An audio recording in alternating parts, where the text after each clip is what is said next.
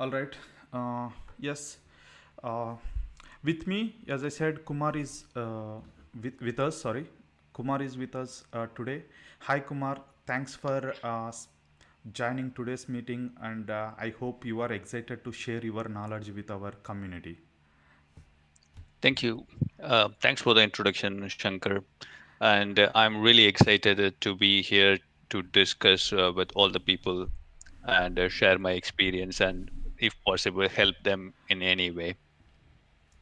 All right. That's good to know. Okay. So first, I would like to know about your AWS journey. So, could you please explain us when you have started your AWS journey and what motivates you to move on to AWS? Okay.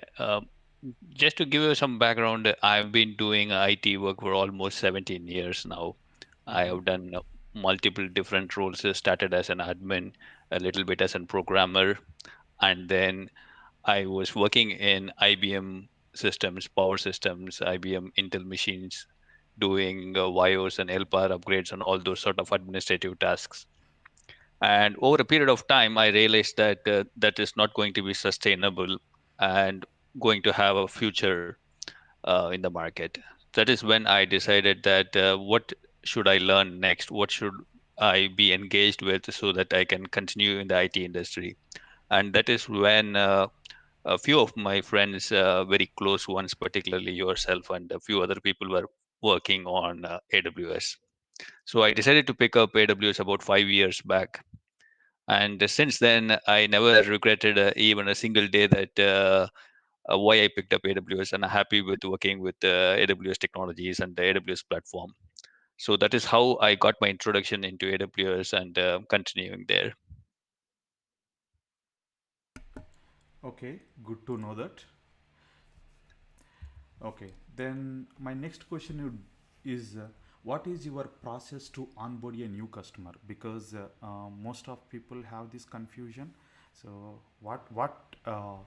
how the customer get onboarded into the AWS cloud? Could you please explain with your experience? How does it happen? Yep, sure. Why not? This is a very common occurrence, right? Of course, when I say common occurrence, it is not like you will onboard a customer every single day. You will onboard a customer for every project, or maybe within the same customer, you will be working with multiple different projects. So let us take one example of for a customer, and let us see how we do that.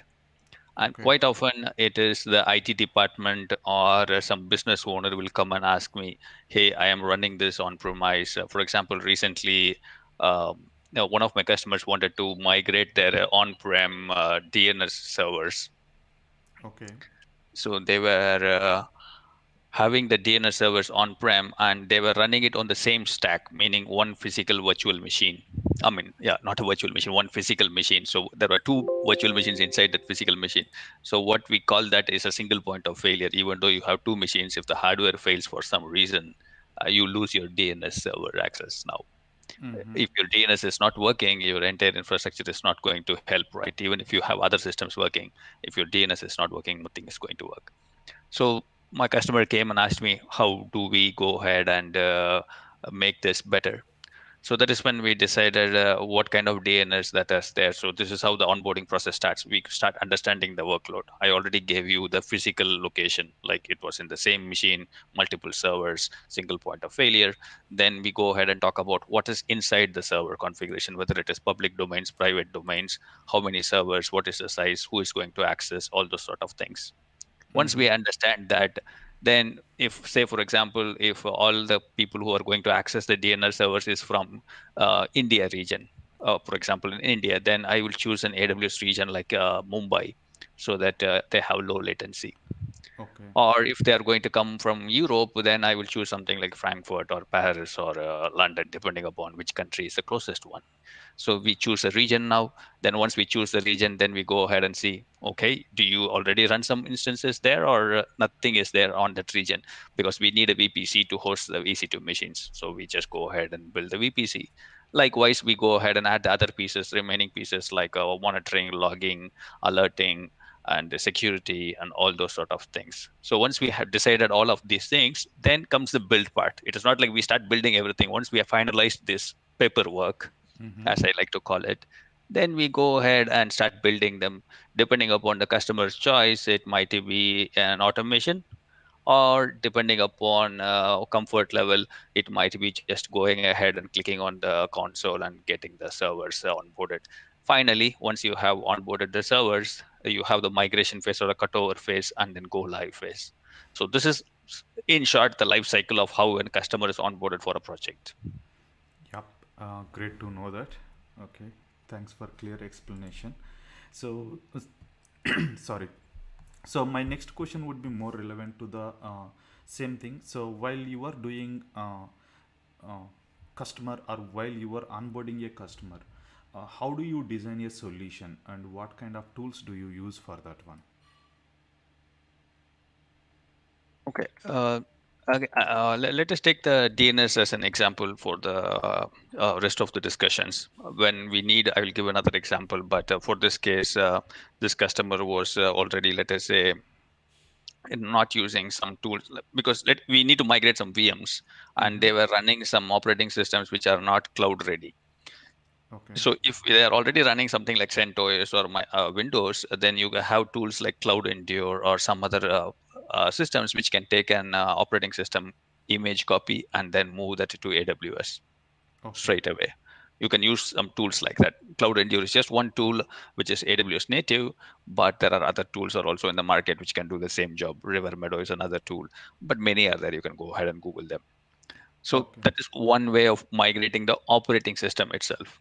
But the Mm-hmm. configurations, all, if in case, as I mentioned, the operating system is not cloud ready, like say, for example, you are running Solaris or AIX Mm. or some customized Linux kernel that you're running, then these tools cannot migrate them. Then you need to look at how to migrate them. Maybe you can just take the software configurations, because if it is DNS, it is basically bind files and the host zone files. You can take them, import them into AWS and configure your DNS servers. So it Okay. is possible to go ahead and do that. As an application configuration, you take it. If it is just a web server, you just take the web server. It is IIS web server or Apache or Tomcat. Just go ahead and configure it again in AWS.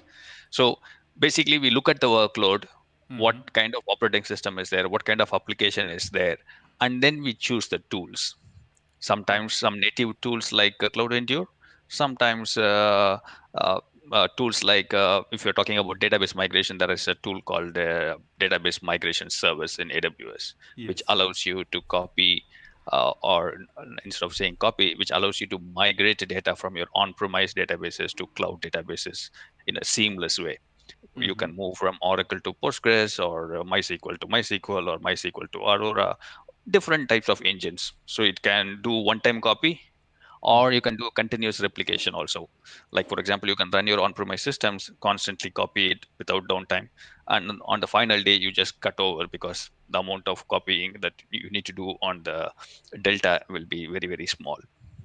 Okay. So so this is the different tools. So application migration, I told you about Cloud Endure. For database migration, you have the DMS tool. Okay. So depends upon what kind of data we are migrating. It varies. Correct. Okay. Okay. Anyway, I was about to ask about the migration, but here my question is a bit differ. But anyway, thanks for answering. So I was a bit looking towards to the, you said paperwork, right? So while doing paperwork, customer may expect that, okay, design a solution. Can you show me in those case what kind of tools you mostly prefer to design the solution? Well, I am a big fan of PowerPoint personally, Okay. because if you have seen my YouTube videos or my GitHub articles or my Udemy courses, most of the images that I create are with PowerPoint. Mm-hmm. And it is not like suddenly I woke up one day and I become comfortable with PowerPoint. It is like hard work, real hard work of over the last 5 6 years, Okay. spending 1 or 2 hours with PowerPoint and trying to understand how things works. Okay. So today I'm very comfortable in doing a diagram with PowerPoint. But Okay. having said that, it is not the only tool I do for diagramming. Uh-huh. depending upon the use cases. For example, this is an URL, you can type it in Google also. It is called websequencediagrams.com. Uh-huh. It is a nice website. You just type in text and it gives you an image, basically. Another one is yuml.me, I think. So Uh-huh. these are different websites, and draw.io is another more professional website, Cloudcraft. So basically, let us, if I have to order it, PowerPoint is at the top, then maybe Visio and web sequence diagrams, and then UML, all these things comes at the different levels. So a combination of them, that is what I use for my professional diagramming requirements. Okay, so apart from technical, you should have knowledge on PPT as well. It makes it right. Like, think of it this way: having a house is great, but if only when you do some painting and interior decoration, it looks even more beautiful, right? Yes, So that is how attraction it is is. must needed. Yeah, that is how I see it. So sometimes you need to do some decorations to make it more lookable. Yep, yep, got you. Okay, so my next question is about your experience with the different projects. You might have onboarded different kind of customers or working with different kind of customers. Can you give some of the examples for our audience that okay, what could be the best projects you worked, how many workloads you have worked or migrated, and maybe some good examples which can able to better to connect for them. Okay. So the DNS project is something that is currently happening. Mm-hmm. I can share a couple of other projects. There are many out there. I'm just going to see which one is going to be more Mm. easier to share here, so that it is not too complex. Okay. Okay, this one happened a couple of years back, but it is very simple, but quite a lot of AWS pieces was used. Think of it like you are going to a post office, or let us say a courier center, and Mm-hmm. you have a package, and then they tell you a rate. They just ask you to measure the weight, and then they tell you a rate saying that for this package you have this much cost. Then you Okay. feel that, oh my god, this is so much costing, let me go to another provider and find out how much they are costing. Mm. What if you put in the length and breadth and height of the package, if it is a rectangle, for example, and then approximate the weight of the package, then and web service gives you a price. Okay. This was the requirement. Oh, interesting one. Mm-hmm. So you put in these three values: the size of the package, and then the weight of the package. Then we estimate from address and to address, and then we give you a quotation. Then Okay. you decide, because you're not carrying, right? You're sitting in front of your computer and deciding whether I want to use this service or not. Okay. If you're not happy, you just go to some other service. So this company wanted to do this, and then interestingly, they wanted to do this in a serverless way. They Oh, traditionally was doing it in a very conventional, putting it in a server and then writing some code. But this time they wanted to do this as a service, so that uh, the other reason is, all you will have this post offices have agents sitting in different parts of the city, right? You don't always go to courier office, main office. true. You go to a smaller shop and then go ahead and deliver your parcel. You want those people also to access this service. So it Okay. should be as simple as possible, and at the same time you should be accessible any time of the day as well. And Mm-hmm. you don't need authentication or authorization, right? Because you are just, it is generic information package price. Okay. So we wanted to make it as simple as possible, and then we decided to go with serverless technologies with the Lambda, and then we decided to use API gateway for the front end, and then we had some monitoring around it. So this is one project. If people are interested, if somebody says that in the chat that they are like to hear more about it, then we can talk about it separately, or you can show a diagram also. So that is one project. Okay. Great, great, great idea. I could see. Okay. So it actually compares the different competitors in the same business and give the result. Is that correct? No, no, no. Okay. It is for a particular company. Let us say Uh-huh. I'm afraid of taking a name of a particular brand, but let us say India Post is offering the service. Okay. So it will just take India Post information, and then we publish it as an API so that anybody can query it. All right. Got you. Okay. So my next question would be what things do you consider? Okay, before asking this question, there is a lot of buzz around the migrations. Okay, so you already discussed a little bit of about migration, but I'm little bit digging more into that one. So what things do you consider while migrating an application onto AWS, and how do you what I can say, make sure that it migrated seamlessly? Okay, just a moment. I was just putting in, somebody was asking the URLs of the diagrams. So I was just putting in the URLs as well in the chat window so that the people can Yeah, have great. access to that URLs. So coming to this question now, what things do you consider while migrating an application? Mm. Uh, let us talk about this. Let me talk about another project that I worked on where we did an literal migration, slightly different way, but it is a migration from on-premise to the cloud. Mm-hmm. So this application is nothing but a very simple CRM application, customer relationship management application. This is a third-party product running on a single server. What I Mm-hmm. mean by a single server is a single physical server under somebody's desk. Literally, I saw Oh, the server as well. okay. And the most interesting part of that was the web server, app server, and the database server all are in the same machine, the physical machine. Okay.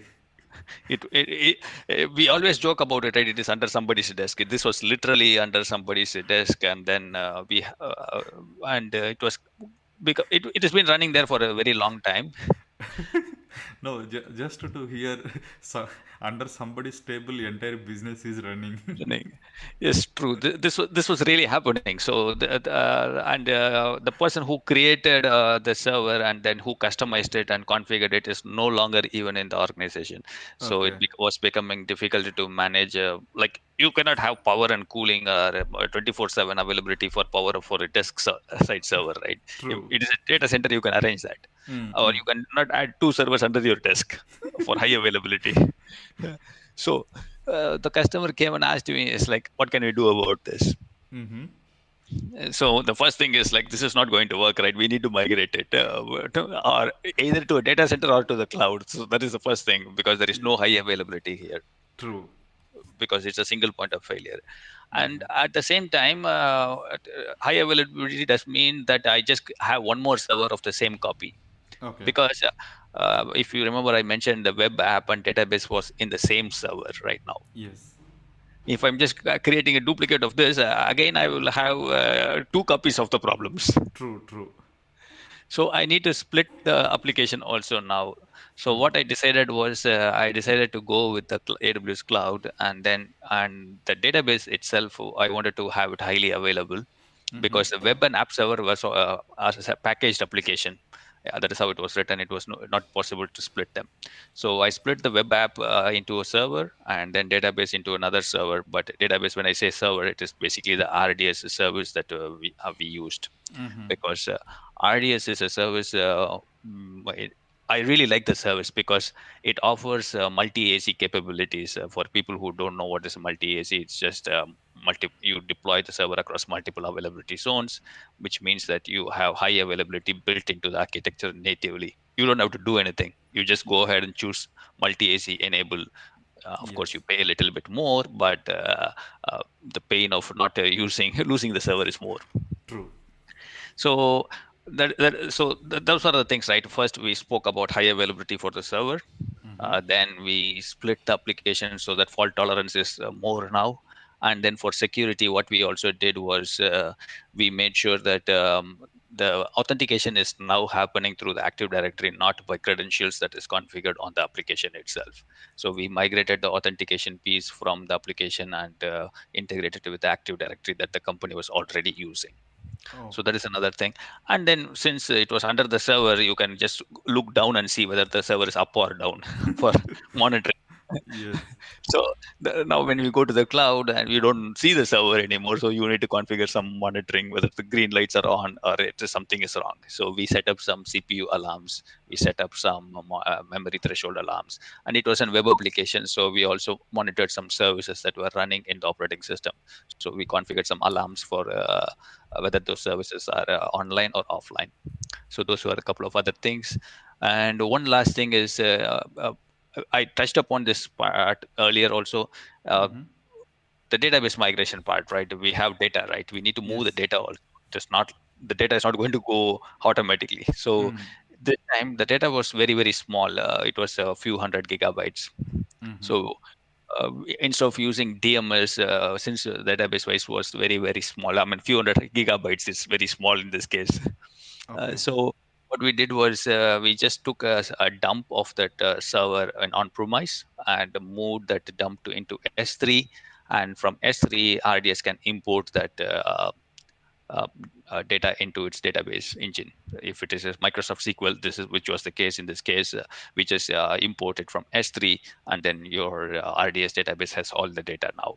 Okay. Okay.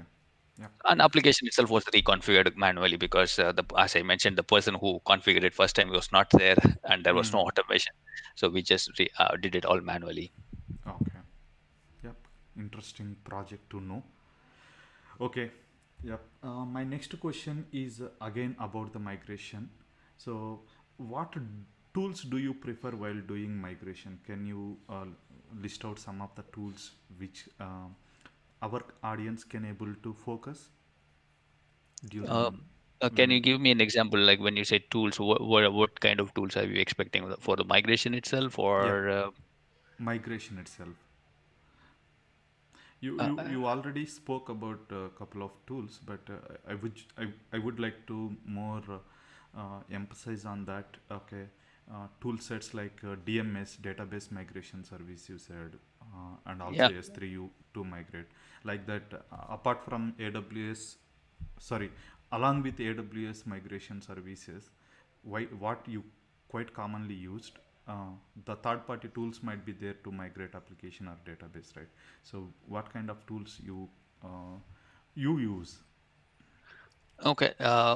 Let us keep two things aside. For server migration, Mm. Cloud Endure is just one example. There are Cloud at, Endure. yes, Cloud Endure. I can just put in the URL also somewhere. Yes, If you please. or rather just put in the type in the name of the product so people can go ahead and search them. Mm-hmm. That product is just one tool that is available in the market which can migrate your on-premise VM or even your VMware to cloud.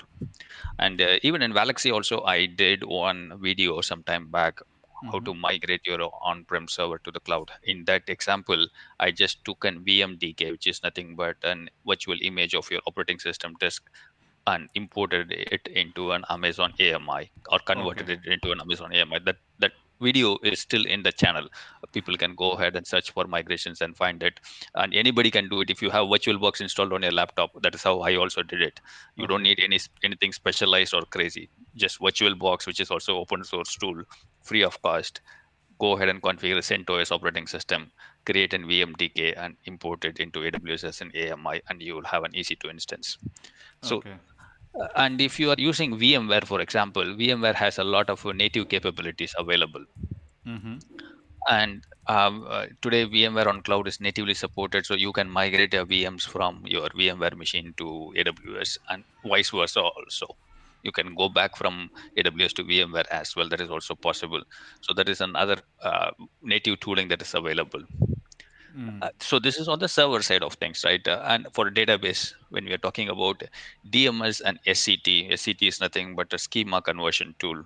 Because if you are running Oracle on premise and then want to move to Postgres, these are completely two different database engines. Mm-hmm. So you want to understand whether they are compatible or not, whether there is something is a difference is there.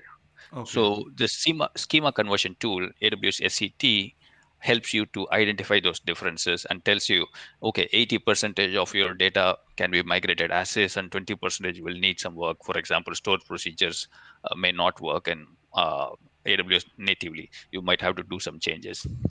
And Okay. then, for example, Oracle, I forgot which engine, but it is Oracle only. I think you can have uppercase table names, column names, but in Postgres, you need to have a lowercase.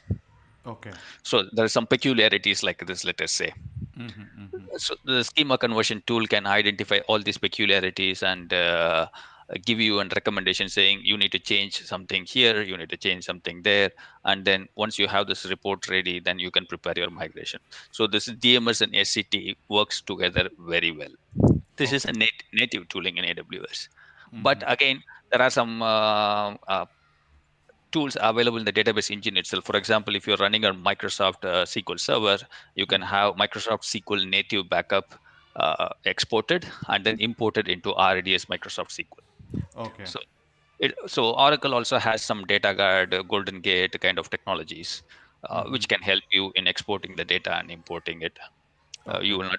So the database vendors itself offer some tooling also. So that is another set of tooling that you can look at when you are trying to do a migration. Okay. Another example, another tooling that not everybody will come across, but definitely some customers, some very large customers will need to use is, let us talk about file storage. Every big company will have some documents or files stored in their on-premise, either it is an NFS or a Samba share or a Windows file share. Okay. So this is a different kind of scenario, right? You can, it is not an application, it's not neither a database. So you need to migrate It's these files now. like flat files. Exactly. So how do you migrate them? So for this, there is a different kind of a tooling. You need to look at whether you want to. S3 has a lot of ingestion options. You can, depending upon the volume of data, you can choose appropriate ingestion options. There is SFTP option is also available in S3 today for a Okay. smaller amount. If you have enough bandwidth, you can on small amount of data, you can just pump your data through your pipe. When I say pipe, it is your direct connect or your let us say internet connectivity between your on-premise and cloud. But let us say you go with the 100 gigabytes or 1 terabyte or few terabytes, it is ideal to look at a tool like Snowball. Okay. A Snowball is nothing but they will ship you in a suitcase full of disks. You'll just copy your data and send them back, and they will load it into your S3 account. Okay. So Snowball works for like few terabytes, and then you go to few petabytes. Then you have something called a Snowmobile. That is where you have an even bigger truck with a lot of storage, and then comes to your data center. You pump your data there, and then the truck will drive down to Amazon data center and then store it there. So this is another way. And then there is a data transfer family, which does a similar job. Gateway is somebody's putting in the chat. Storage gateway, yeah, it is an if you have an ongoing requirement, like Okay. you want to have your cloud as a backup for your on-premise systems, then storage gateway is a nice option. You Okay. have volume gateway, storage gateways, file gateways are there. So two options, three options available in storage gateway. Then you can go ahead and use those options as well. So in short, if you ask me, there is not like this is one tool that will solve all the problem. Okay. uh, Whether it is operating system, database, or file storage, or one-time transfer, regular transfer, then I choose a tooling. Okay. So kind of data and how frequently they want to update, tool set might change. Yes, yes. Okay. Yeah, with my interest, I'm asking this question. Okay, so what is the biggest customer you worked? I mean to say, while doing migration, what is the huge data you have updated so far? If you are fine to reveal, not Well, the customer name, just the data. okay, it's a very tough question because this number keeps on changing. So Okay. the the latest one, about 2 weeks back, my requirement was very interesting. Actually, this is a data migration from AWS to AWS. Oh, So it is strange, right? What kind of the question is like, what kind of migration is that then? yeah. So we are talking about 40 terabytes of data. Okay. Not a small amount, right? 40 terabytes is True. still a True. huge amount. And the question was, how do I move this from one AWS account to another AWS account? Because they were doing because companies get acquired, right? Companies do a lot of acquisitions. Okay, okay. Mm. So a bigger company comes and takes over a small company. They don't want to maintain their own same brand name of the smaller company. They want to merge it with the bigger company. Mm, mm. And in that case, the AWS account of the smaller company will have to be closed out eventually, right? So we are Yes. in that phase now. And collectively in S3, they have 40 terabytes of data in Okay. account A, let us say. And then we need to move it into account B now. Mm-hmm. So this is a real customer problem. I can throw it as a question to the people on the chat window also. Go ahead and give some answers.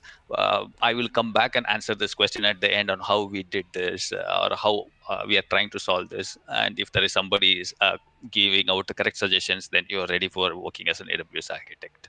Yeah, So maybe. to answer your question, 40 terabytes is the latest problem that I'm working on. Yeah. Okay. Yeah, that sounds good. Because just want to see what I can say migration activity.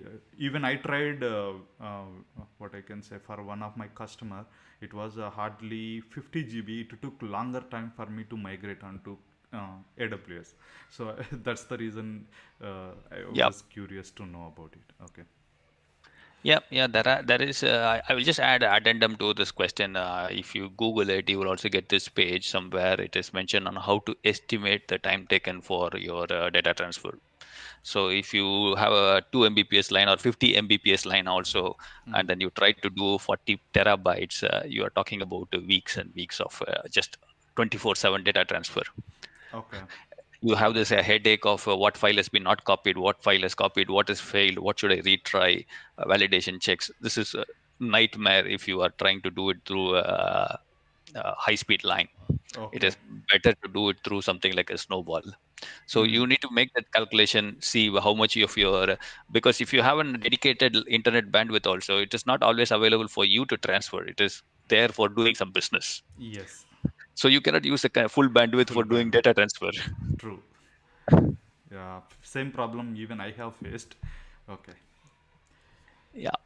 All right. Okay. So that's what I was asking, thinking to ask about migrations. Now let's discuss a little bit about the AWS services. Okay. If I ask you to pick up three best services on AWS, which one do you pick up? Okay, it's absolutely for you. Okay, just I'm curious to know uh, about this. Okay. Um, this keeps changing actually over a period of time. To be honest, Okay. earlier, earlier 5 years back, VPC was it was like algebra for me. I, I was thinking is like who created this networking concepts? So difficult it was. And after spending a lot of time, I understood how VPC works and how it is set up, and then I was like, wow, VPC is the best thing that can happen in the world. Because if you remember, I worked in on-prem networking as well, Yes. and I'm used to virtual interfaces, VLAN trunking, and all those concepts. But Okay. when you try to apply them to AWS, you need to bend your mind a little bit to change the concepts and terminologies. And once you understand it, it is great. But Yep. in today, it is VPC has gone beyond what I can even imagine with the transit gateways and virtual interfaces with direct connects and all those things. Mm-hmm. So I wouldn't say VPC is my best friend today. Okay. But having said that, I still love working with S3, although it is very, very simple. In my opinion, there are people who know S3 and there are people who know S3. Okay. So if you understand, if you have worked enough with S3, you will understand the depths of S3. Power of S3. Yes. And I also like a Lambda. Another reason is it's super simple. Uh, Okay. once you once you write your first Lambda code, then you feel like an accomplishment, Okay. like you achieve something. Mm-hmm. Uh, Because quite often, when I write automation, I need to run a one-line command Okay. to complete my automation. For Yep. running an one-line command, I don't want to run a container, or I don't want to run an EC2 machine. Lambda is like, okay, like for example, take a parameter and store it in parameter store or secrets manager, Mm-hmm. something like that. because I will create a stack. For example, RDS is, let us say I'm creating an RDS instance. That's a perfect example. Okay. Let us assume that I'm not giving in the defaults. You need to give in the database username and password. Yes. And if I'm creating it from somewhere, or if I want to use the standardized organization level secrets and password, I need to read it from secrets manager or store it in secrets manager. Lambda makes a brilliant patchwork in this case for me, for doing some customized uh, band-aid between two or three different services. Okay. Okay. And at the same time, Lambda is event driven, so I don't have to worry about paying cost for not running, just running it. If no activity is happening on my automation, I'm not paying anything. So Okay. that is another reason I love Lambda. And the third service, it is a toss up between DynamoDB and IAM. Okay. For people who, somebody might think IAM, but yeah, IAM is the limits depths of IAM is unknown. My next question is about the security. Maybe we can discuss more about there. Yeah, yeah. Okay. Okay. Yeah. Got you. And yep. Before moving into the another question, okay, I would like to speak uh, with our community. Okay. Now, for you guys, this question. Okay, what is your top three services in AWS, or which services do you like? Please comment in the comment section so that we can identify what is your favorite service or tool. Okay. All right. My next question is yeah, I have one question, because I read somewhere article that okay, few people run the business only with S3 and Lambda.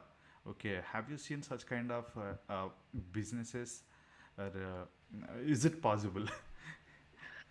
Okay, I can share a personal example. This is my own business. Uh-huh. I, I wouldn't say it's a business, but I let you people be the judge of that. I have a couple of Alexa apps. Mm-hmm. I use it almost every day. For example, one app is I wrote it for myself to read out a particular news for me. Mm-hmm. For example, I can ask my Alexa app, like, tell me the latest news on India, or tell me the latest news about elections. Then Mm-hmm. Alexa will go ahead and collect the news from 10 different news sources and digest it and present it for me. Oh. You might think that how is this relevant to my question, the question that you asked. Mm. The whole thing is, since I mentioned already, I love Lambda. I Mm. wrote this entire backend work of, like, you take the word of get me the latest news about India. It collects this news and digests this information and presents this information using Lambda backend. Mm.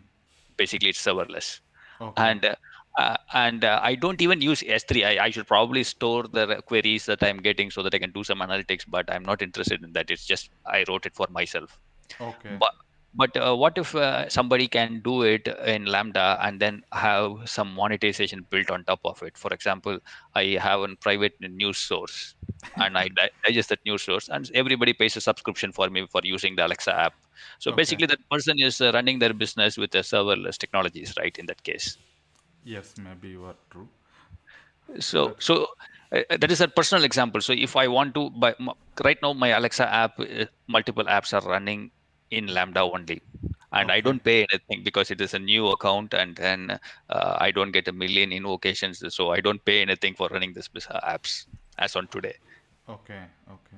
And there are other customers which I have helped in my role as an architect, where some workloads are purely like, take that example of that website that we spoke about for post office. Mm. Mm. That was a purely serverless application, and S3, and then DynamoDB as a database. So basically completely serverless and running a business workload. Maybe really how technology has been changed. A business can run without a server. Correct, Just to correct. imagine itself, I'm getting goosebump. Yeah, that is why I really like Lambda, because my first question is nowadays is like, can you run it on a Lambda? That is how I sometimes directly ask the customers. Like, if Okay. they say no, then the question is, why not?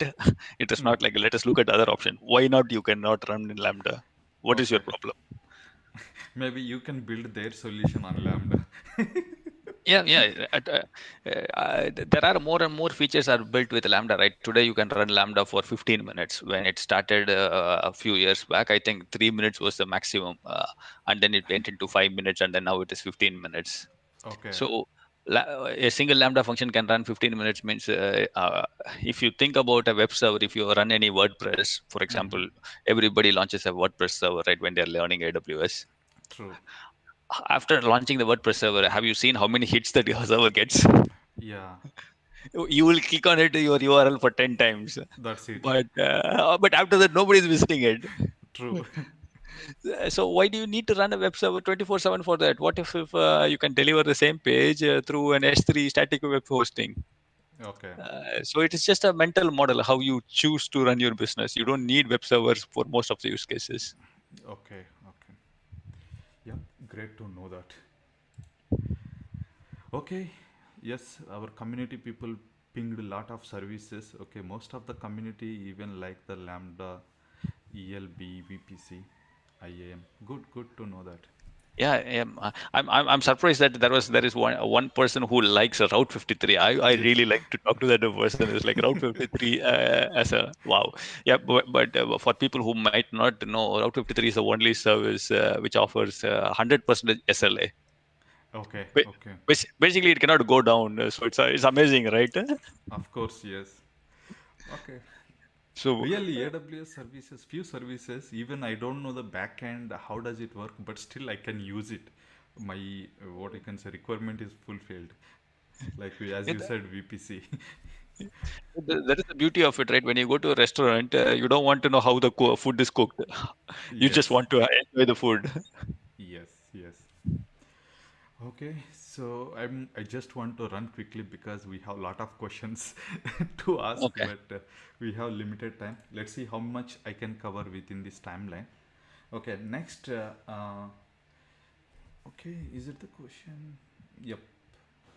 Yep, this is my question. In AWS, few services are similar. Okay, like if I take EC2 and Lambda, as we were just discussing, both are, do the similar kind of stuff. And in for storage again, S3, EBS, EFS, like different services are there. So you are doing the what I can say, you are in the customer phase, right? So how do you choose which service is more suitable for the customer, or what factors do you consider while pitching a service? Just now you were giving example that why can't you run the service in Lambda? So how do you come to that analysis? Okay. So this is, let us say, this is going to be a long answer for this. There's no short answer once again, unfortunately. Okay. Uh, The customers that I am working with today are some people that I have spent some time with. Some of them I would have spent at least 3 months or at least a year or sometimes half a year. So depending upon my engagement with them, I have some knowledge about their workloads and what is their mental thinking. For example, let us say you are working in a team of 10 people. You know who is the SME in the team. You will know Yes. what that person is skilled. One person will be a database person, another person will be a networking person, another person will be a compliance and security person. So each person, that is how the team is, right? There is specialties within the team. Yes. Organization is also very similar like this at a macroscopic scale. Each teams will have different level of skill level, and suddenly if you go into an organization, it is very rarely I will find lambda skills and vpc skills. It's like you cannot have skills beyond what you need every single day, right? If your workloads are all running ec2 machines, you don't have any necessity to learn about lambda or dynamodb, Mm, mm, so you will not have that skill.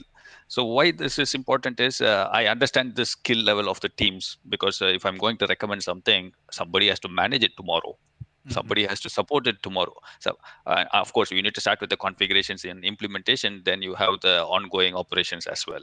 So this also plays a very important role in deciding what is the target piece of technology. Mm. It is as simple as like if you don't know how to drive a car, you need to start learning how to drive a car, then only you can go and buy the car, right?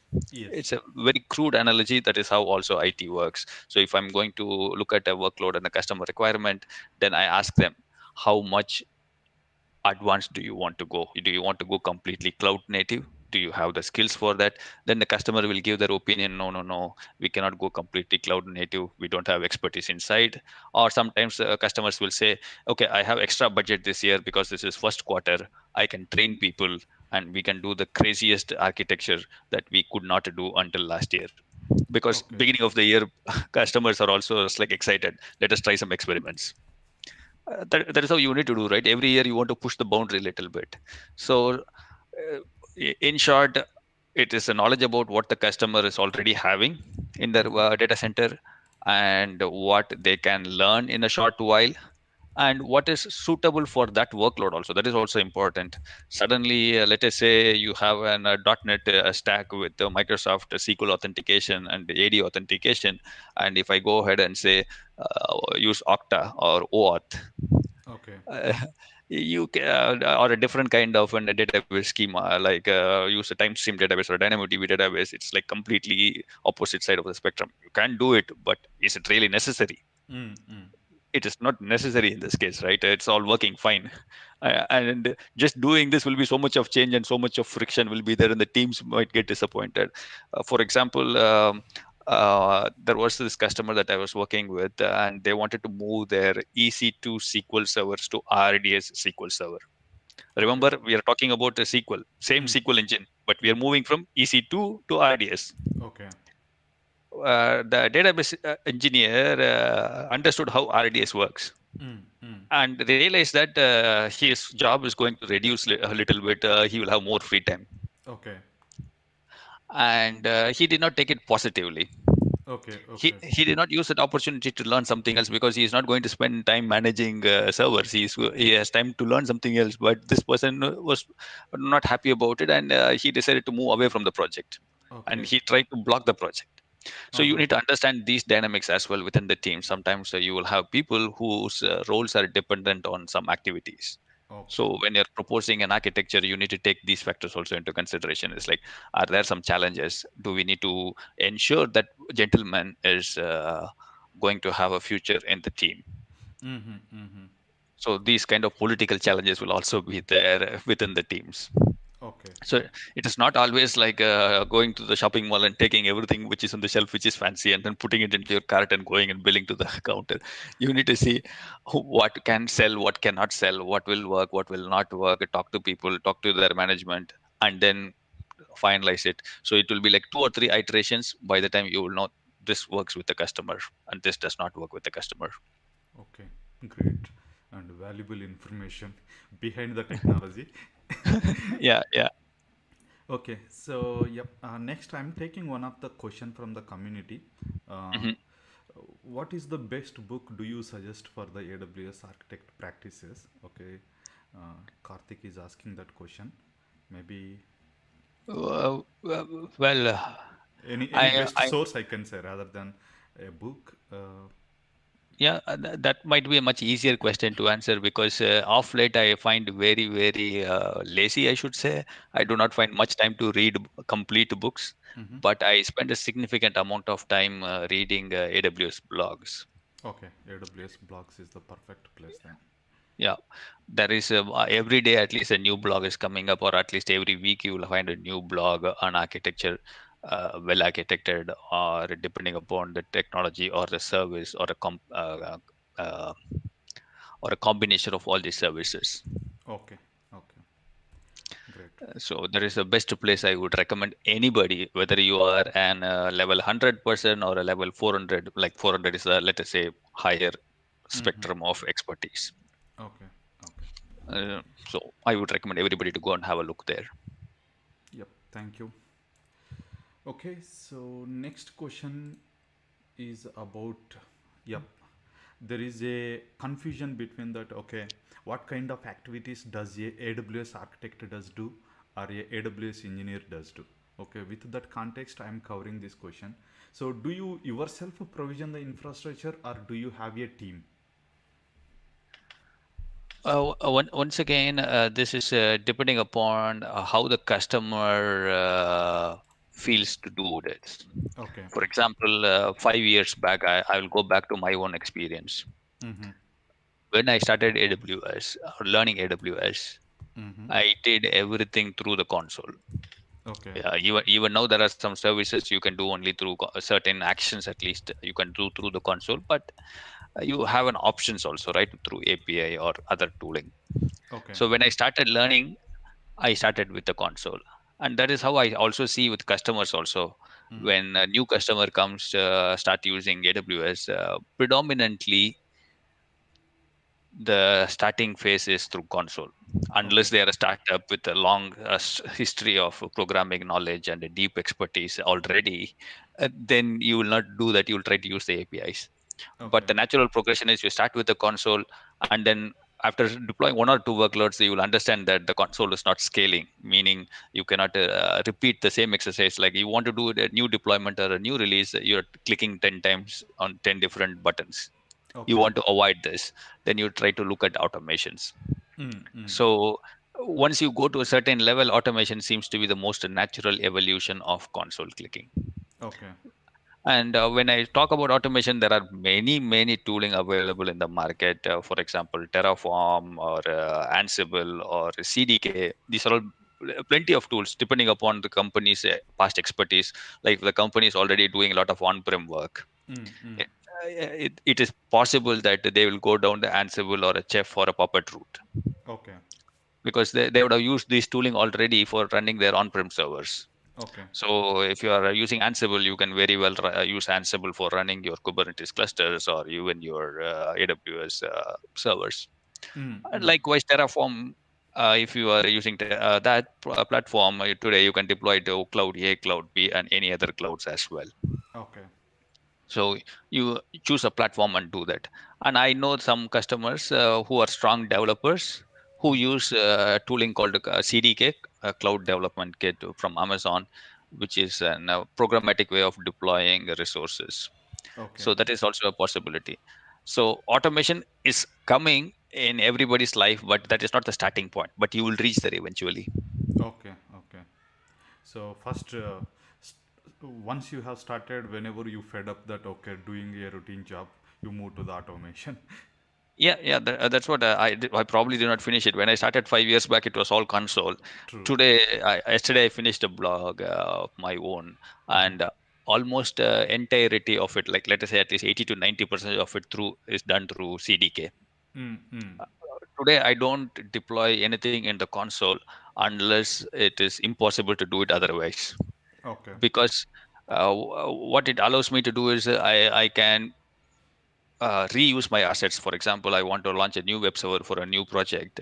Mm. I don't want to spend time creating my VPCs, creating my routing tables, subnets, and every time. Of Mm. course, you can ask me, why don't you use a previous VPC? I don't want to do that because that workload was different. I want to experience the behavior for a new workload in different way. I might want to use different ports. I might Okay. want to use different security groups. I want to use different NACLs. Mm. So I like to create each VPC separately and then try to test it out. So every time I don't want to create a VPC, if I have a stack or a template available, I'll just reuse them now. Mm. So Mm. I have a template for web server, I have a template for database server, I have a template for DynamoDB or Lambda. I just change a few lines of code, and then I have a full working architecture within half an hour or 2 hours. Okay. Okay. Yep. That's great. Okay, so again, I'm going back to community. There is a question about okay, which tool do you use for the provisioning infrastructure, Terraform or CloudFormation? Maybe we will take it for some other day because there is a lot we want to discuss. Maybe separate video coming up on that one. Okay, so but yeah, uh, just one more question because we planned it for till 8 o'clock. We ran out our time with the questions. Still, I have half of the questions. Um if you guys are interested, I'm talking about the community. If you guys are interested, we can stretch little bit. If you are fine with that one, could you please confirm in the chat window? And also, is that fine for you, Kumar, or do you have any other commitments? I blocked only 1 hour of your time. Yeah, today we can continue if there is enough excitement, or if if I have not put people to sleep already, then we will continue. If people are like, enough of this fellow, I'm tired of you, it's like, get lost, then we will go back to our business and let us do our stuff. Yeah, same thing. My question. Okay, if you are interested to continue, just comment it in the comment like continue. Otherwise, we can plan it for the next week or next one. Okay. Yeah. During interest of time, I will just moving to the next slide. So, how much automation involved during the infra provisioning? Okay, I have already covered this one, right? Okay. Mhm. Okay. How much automation involved? Okay. Yep. Most of the people are saying yes. Okay. Yeah. One community question again from Aravind. Okay. How many servers do you maintain in one console? Okay. Like yeah. Let me rephrase my question. So, a customer can use only one console, or does he have multiple consoles? And how many workloads you have seen maximum for a single customer, uh, which you managed? Okay, let us look at this question slightly differently. Yeah, maybe you can rephrase it. Um, as an architect, I strongly recommend my customers to spread their workloads across multiple accounts. Okay. I do not like them to put the security workloads. For example, the security logging and auditing, all the logs will be pushed to one security account. Like there is a service called the control tower, which helps you to do this at very large scales. Mm, mm, Like you can create a security and logging account, you can create an IAM account, and you can create a workload account. What this means is all your identities will be in the IAM account. All mm. your CloudTrail, CloudWatch, and those kind of logs will be in another AWS account. And Okay. there will be another account for just cost management purely. Like you will have your cost and usage reports, quick site access, and other kind of access configured in another account. So basically now you see already your workloads are spread across multiple different accounts. Okay. Like you don't need procurement guys accessing let us say HRM account, right? Of Almost course they're it's not accessing avoided. the when it is possible to avoid it, why not avoid it? So we try to segregate workloads based on their necessity and the level of access based on account level. But Okay. this works for a very, very large customers. So I'm talking about customers with hundreds of workloads in cloud. Mm-hmm, mm-hmm. But if you are a customer with, let us say, a single product that is running in AWS, Okay. maybe you are running 20 or 30 servers. Mm-hmm. That's all is required. You Okay. might not want to have 10 different accounts for this. You Mm-hmm. might want to run probably 7 or 8 accounts, but this is all different environments now. Okay. Like you will have an account for a dev environment, you will have an account for a test environment, you will have a pre-prod, prod, things like that. Okay. So so each again now again the workloads are split now, right? Your pre-prod environment will have lesser number of servers, Mm. whereas your prod will have the maximum number of servers. So if you ask me to just put everything together, it's difficult. I would very rarely recommend everybody to put every environment in a single account. You can do that, but Mm-hmm. do not do that, because in pre-prod you don't we want to, let us say UAT, not UAT, let us say a sandbox account. That's a perfect example. You want to have the least amount of restrictions in the sandbox account because it has no connection to production, it has no connection to any other environments, and you want people to test freely without any restrictions. So that means that your security is not at the top level on your sandbox account, because you want people to experiment without any too much of headache. Okay.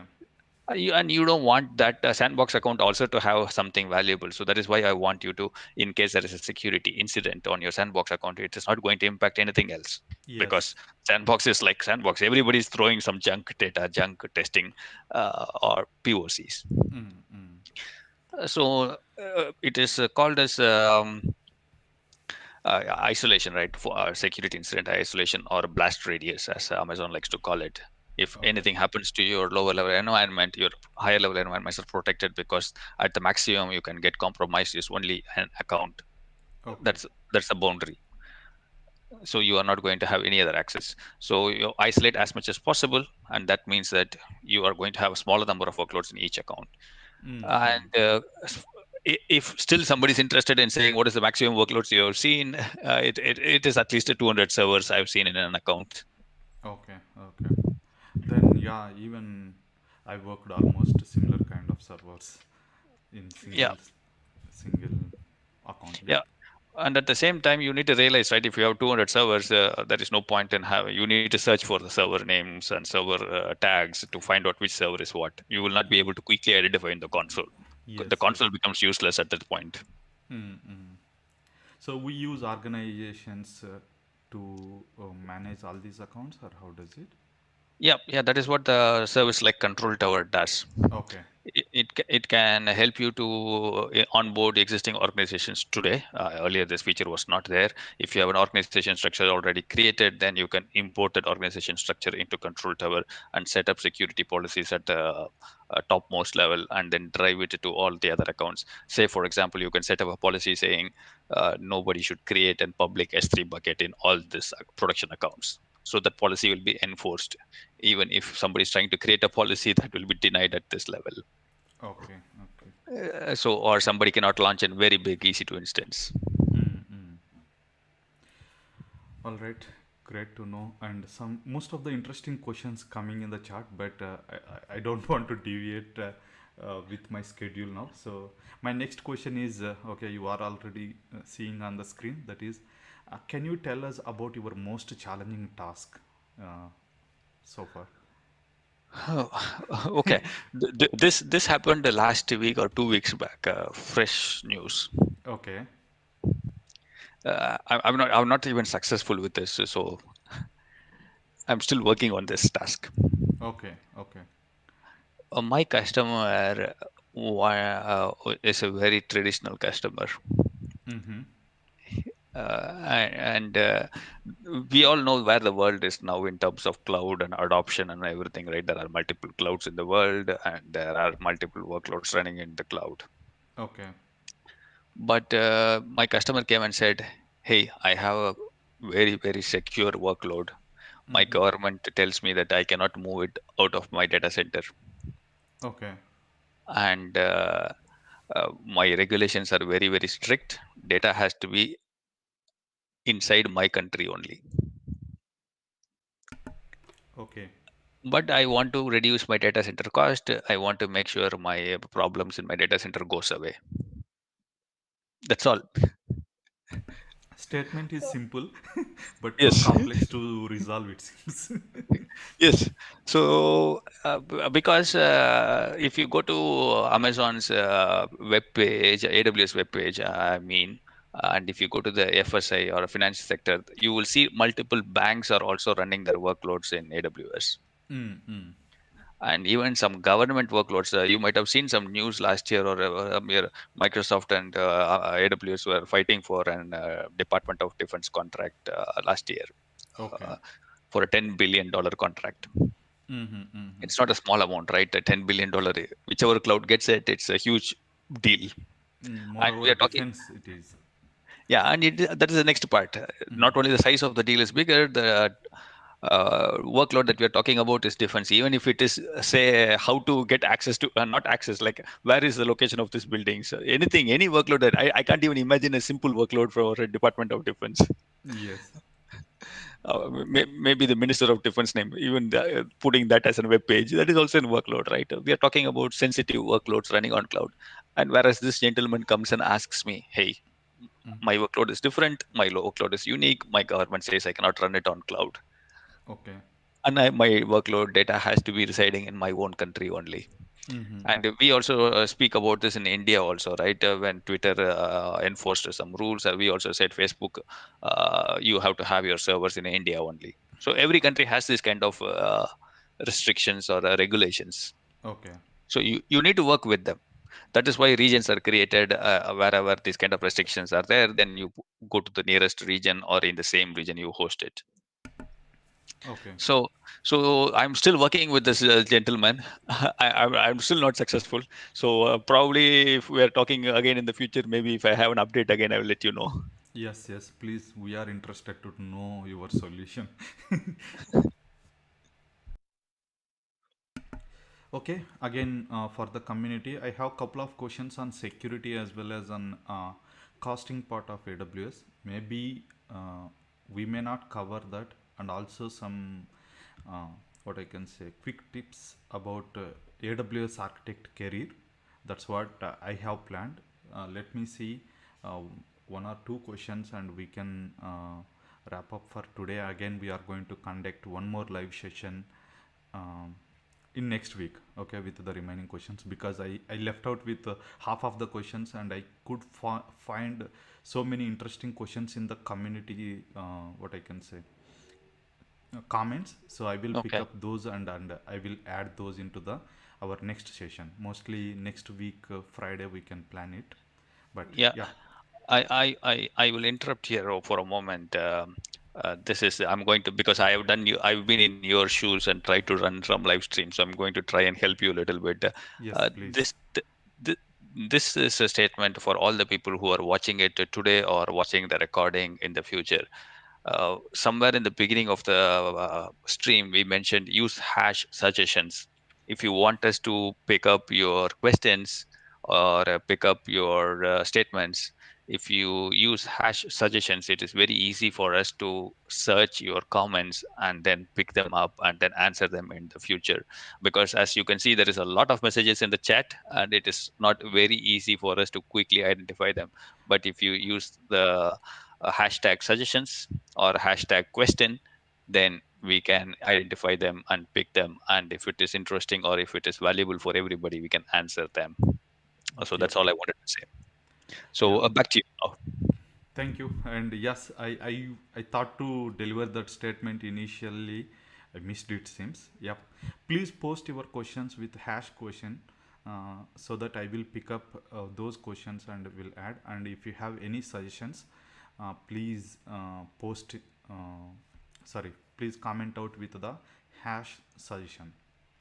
Okay, with that, I'm going to take one last question for today's live session. That is, okay, let me move on to that question because I will quickly run through how many questions we left out. So these all are about security, and this we are going to talk in the, yep.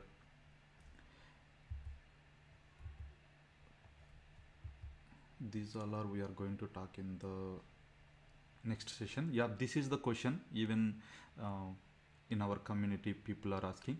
So if I have only AWS knowledge, will I get a job? This is for everyone who is trying to move on to the DevOps. For their help, I'm asking this question. Do you have any inputs, Mr. Kumar? I can take my own. I can only answer for myself, right? And what I see on the industry. Okay. Either I can say proudly or ashamed way, I don't have any other skills apart from AWS today. Okay. So, but I have a job. So, thanks to my employer. Single point of failure. And of course, thanks to all the people who are watching this live stream, and thanks to all the people who bought my courses in Udemy as well. So this Valaxy YouTube channel as well as those Udemy courses, all are predominantly focused only on AWS, right? So Yes. my point of view is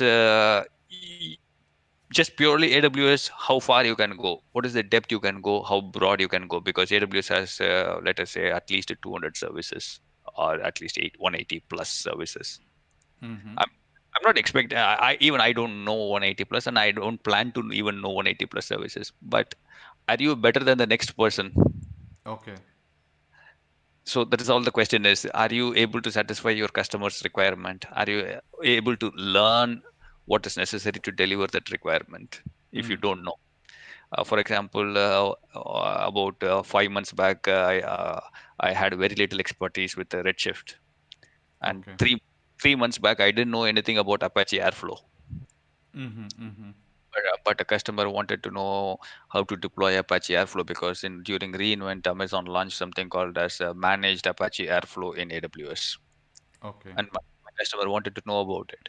Then I started learning about it, and then I figured out how it works, and then I have some knowledge on that, and I can help my customer to do that. So if you ask me, does AWS knowledge is enough? Mm. Yeah, it is enough to get a job, but if you want to sustain in that, then you need to constantly keep learning Okay. and keep improving. Yep. Great. Okay, so due to the time limits, we are closing this in between, but we are sure we have a lot of questions on the career guidance of AWS Architect. Those questions I left out, Kumar. You should answer again in the next live session. Uh, and also, I was asking you what is the best way to expose to your level of knowledge or AWS Architect level of knowledge and security. How does it work? Costing, how does it work? So these questions we are going to cover in the next session. And it's very nice that you have shared a lot of information with our audience, and I hope it is more useful, and they can able to start using thinking as a AWS architect point of view from now onwards if they want to seeing a solution. Sorry, if they could able to come across with a problem. So I hope it will be helpful. And thanks for staying with us for this much time. And at last, is there anything you would like to share with our community, Kumar?